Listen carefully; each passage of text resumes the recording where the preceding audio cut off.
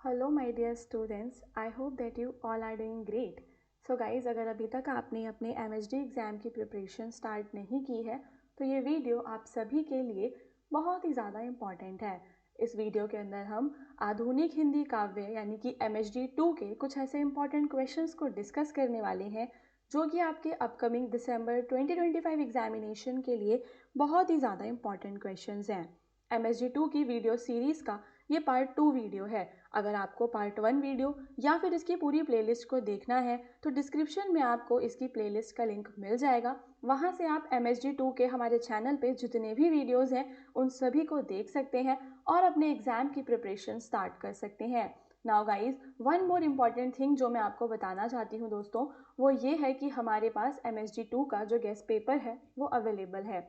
MHD 2 का guest paper purchase करने के लिए आप हमें डिस्क्रिप्शन में दिए गए इस नंबर पे कांटेक्ट कर सकते हैं। आपको इस नंबर पे हमें व्हाट्सएप करना है। आगे मेरी टीम आपको रिप्लाई कर देगी कि कैसे आप अपने गेस्ट पेपर्स को बाय कर सकते हैं एमएचडी के आपके जो भी एग्जाम्स होने वाले हैं 2, 3, 4, 6 what ever it is. Okay, now guys, channel पे आपको सारे वीडियोस मिलेंगे तो आप चैनल को भी सब्सक्राइब करना बिल्कुल मत भूलना। पहले क्वेश्चन पे चलते हैं। पहला क्वेश्चन हमारा मैथिली शरण गुप्त से है। मैथिली शरण गुप्त से एक और क्वेश्चन था जो कि हमने पार्ट 1 में डिस्कस किया था, बट ये उससे थोड़ा डिफरेंट है। यहाँ पे उनका स्त्री दृष्टि के बारे में पूछा है कि महिलाओं को लेकर जो उन्होंने लिखी कृतियाँ और महिलाओं को लेकर हमें उनकी कहानियों में क्या विशेषताएं देखने के लिए मिलती हैं, जो उनके पात्र हैं, जो महिला पात्र हैं, वो कैसे उन पात्रों को दर्शाती हैं। ओके, सो मैथिली शरण गुप्त की स्त्री दृष्टि बहुत ही व्यापक, संवेदनशील और उन्नत है। व्यापक का मतलब क्या होता है? एक मतलब बड़े लेवल पे वो लिखती हैं, बहुत बड़ा वो सोचती हैं महिलाओं के लिए। उन्होंने अपनी रचनाओं में नारी को केवल कोमल, प्रेममयी या त्याग की मूर्ति के रूप में नहीं दिखाया, बल्कि उसे शक्ति, स्वाभिमान, आत्मबल और राष्ट्र चेतना, यानी कि उन्होंने नारी को केवल एक कोमल व्यक्ति की तरह नहीं दिखाया, या जो हम नॉर्मली अज्यूम कर लेते हैं कि महिलाएं जो हैं वो उन्हें त्याग करना चाहिए, तो उन्होंने ऐसा नहीं दिखाया है। बल्कि वो क्या दिखाती हैं गाइज? वो दिखाती हैं कि महिलाओं में काफ़ी शक्ति होती है, उनके जो पात्र हैं उनमें आत्मबल और स्वाभिमान होता है, और कई सारी कहानियों में उनके जो पात्र हैं उनके अंदर हमें राष्ट्रीय चेतना देखने के लिए मिलती है और एक सशक्त व्यक्तित्व के रूप में उन्होंने महिलाओं को प्रस्तुत किया है। गुप्त जी ने यह सिद्ध किया कि नारी केवल घर की सीमा तक सीमित नहीं है। तो मैथिली शरण गुप्त जी क्या करते हैं? वो कहते हैं कि जो महिलाएं हैं वो केवल घर की सीमा तक सीमित नहीं रहती, बल्कि वह समाज और राष्ट्र की उन्नति में महत्वपूर्ण भूमिका निभा सकती हैं।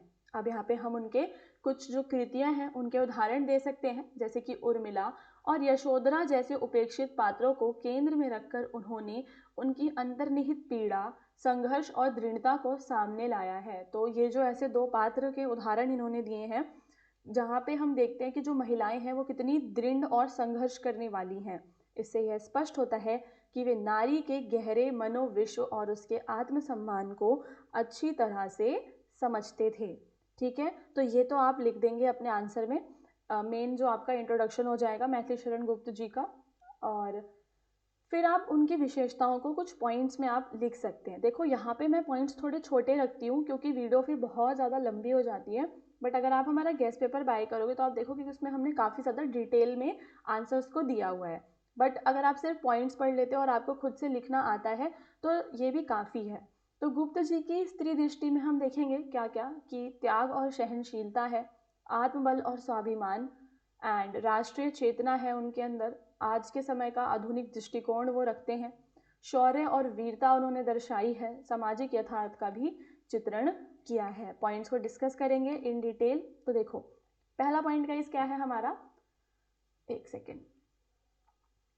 ओके, ये है आपका त्याग और सहनशीलता।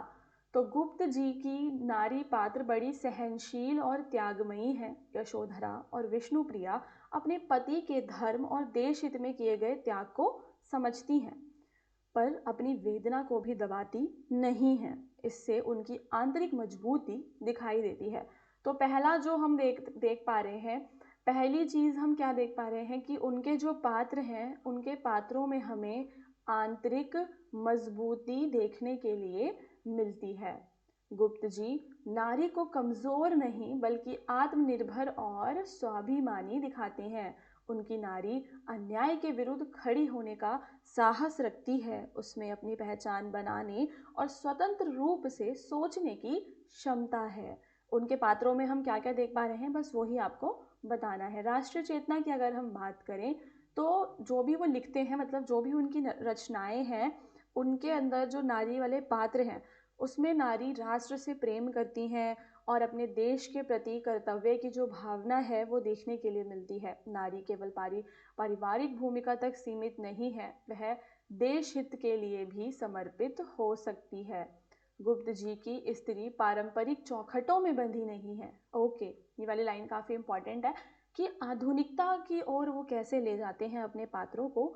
तो वो स्त्री को केवल ये नहीं दिखाते कि वो पारंपरिक जो कार्य हैं सिर्फ वो ही करती हैं। उनकी स्त्रियां शिक्षा भी प्राप्त कर रही हैं, सम्मान कर रही हैं, सम्मान प्राप्त कर रही हैं और समान अधिकारों की आकांक्षा भी रखती हैं। यह दृष्टि गुप्त जी को आधुनिक विचारधारा से जोड़ती है। इसके बाद उन्होंने नारी को साहसी और वीर दिखाया है, जो कठिन परिस्थितियों का सामना भी करती है। गुप्त जी ने समाज में नारी की दयनीय स्थिति और उसके साथ होने वाले अन्याय को भी उजागर किया। उन्होंने अपने काव्य के माध्यम से सामाजिक सुधार का संदेश दिया। काव्य यानी कि जो भी मतलब उन्होंने कविताएं लिखी है ना, तो काव्य के माध्यम से गाइस वो क्या कर रहे हैं, सामाजिक सुधार का संदेश दे रहे हैं और नारी के सम्मान के बारे में, नारी के सम्मान की वकालत, नारी सम्मान की वकालत भी वो करते हैं। एक छोटा सा निष्कर्ष आप दे सकते हो अपने आंसर में, क्या कि इस प्रकार मैथिली शरण गुप्त की स्त्री दृष्टि उन्नत है, संतुलित है और मानवतावादी है। और उन्होंने नारी को शक्ति, त्याग, स्वाभिमान, आधुनिकता और राष्ट्रीय चेतना से युक्त एक पूर्ण व्यक्तित्व के रूप में चित्रित किया है। ठीक है, एक पूर्ण व्यक्तित्व समझते हो कि जो जिसमें सारी क्वालिटीज हैं। ठीक है, उनकी रचनाएं नारी सम्मान और नारी जागरण का प्रभावशाली संदेश देती हैं। अब हम चलेंगे गाइस हमारे नेक्स्ट क्वेश्चन पे। आई होप कि आपको मैथिली शरण गुप्त वाला ये वाला क्वेश्चन समझ में आ गया होगा। पार्ट 1 वीडियो को देखना मत भूलना। इवन मैं तो कहती हूँ कि पूरी प्लेलिस्ट को देख लो। आप लोग ये कंफ्यूज मत होना कि ये जून वाला है या दिसंबर वाला है, बुक तो दोनों की सेम है ना, तो आप मतलब देख सकते हो। आपको क्या करना है कि मोस्ट ऑफ द सिलेबस के टॉपिक्स को कवर कर लेना है। जितना ज़्यादा आप कवर करोगे उतनी ज़्यादा प्रोबेबिलिटी बढ़ जाएगी आपके एग्जाम में आंसर लिखने की, है ना भाई। नेक्स्ट क्वेश्चन है कि हिंदी कविता के विकास में अज्ञेय के योगदान पर आपको प्रकाश डालना है। तो गाइज अज्ञेय कौन है? अज्ञेय आधुनिक हिंदी कविता के एक ऐसे कवि हैं जिन्होंने कविता को क्या करा है, हाईलाइट कर देती हूँ, क्या नई दिशा, नया रूप और नई सोच दी। उन्होंने हिंदी साहित्य में प्रयोगवाद और बाद में नई कविता आंदोलन को आगे बढ़ाकर कविता जो पहले पारंपरिक तरीके से लिखी जाती थी ना, उससे आगे निकले वो। उनकी भाषा, शिल्प और भावनाओं में नए नए प्रयोग किए, जिसके कारण हिंदी कविता आधुनिक, बौद्धिक और संवेदनशील बनी है। अब हम यहाँ पे अज्ञेय का जो मतलब विकास में जो योगदान है उसके कुछ पॉइंट्स देखेंगे, जैसे कि वो हमेशा से प्रयोगवाद के प्रवर्तक रहे हैं। प्रयोगवाद का मतलब क्या होता है कि आप कुछ नई चीज़ों को आप ट्राई कर रहे हो। ठीक है, आप नया प्रयोग कर रहे हो, आप जो पुरानी बेड़ियां हैं उनको छोड़ रहे हो। तो अज्ञेय को हिंदी कविता में प्रयोगवाद का प्रवर्तक माना जाता है। उस समय प्रगतिवादी कविता एक ही धारा में बह रही थी। अज्ञेय ने इस एक रूपता को चुनौती दी। ठीक है, तो जो चीज़ें सब कुछ सेम सेम लोग लिख रहे थे ना, उसको उन्होंने चुनौती दी है और कविता में नए रूप, नए विचार और नई संवेदनाओं को उन्होंने स्थान दिया। इस प्रकार उन्होंने कविता को अधिक स्वतंत्र और व्यक्तिगत बनाया। ओके, देन हम चलेंगे सेकंड पॉइंट हमारा क्या है, तार सप्तक का प्रकाशन संपादन। तो 1943 में हम क्या देखते हैं कि तार सप्तक का प्रकाशन होता है, जिसके अंदर अज्ञेय का योगदान काफ़ी महत्वपूर्ण है। इसमें 7 अलग अलग प्रवृत्तियों के कवियों को शामिल किया गया, जिससे कविता में विविधता और नवाचार की राह खुली। बाद में उन्होंने दूसरा सप्तक, तीसरा सप्तक, चौथा सप्तक का भी संपादन किया। इन संकलनों ने कविता की नई धारा को मजबूत आधार भी दिया है। भाषा और शिल्प में हमें उनका नवाचार देखने के लिए मिल रहा है। तो अज्ञेय ने कविता की भाषा को अधिक सूक्ष्म, लयात्मक और प्रयोगशील बनाया। उन्होंने उपमानों, प्रतीकों और बिंबों तथा संरचना, ठीक है, तो वो अपनी कविता में उपमानों का, प्रतीकों का, मतलब जो होते हैं ना आपके प्रतीक होते हैं, उनका यूज़ करते हैं।